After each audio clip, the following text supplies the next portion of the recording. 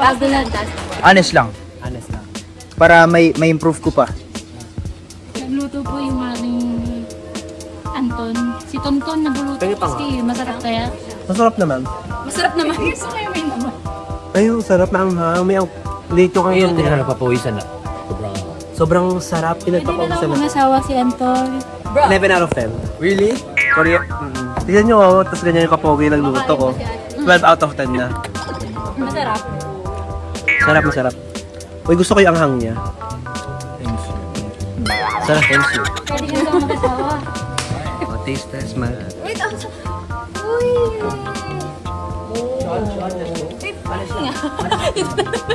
Ah, Pero nga what can you say?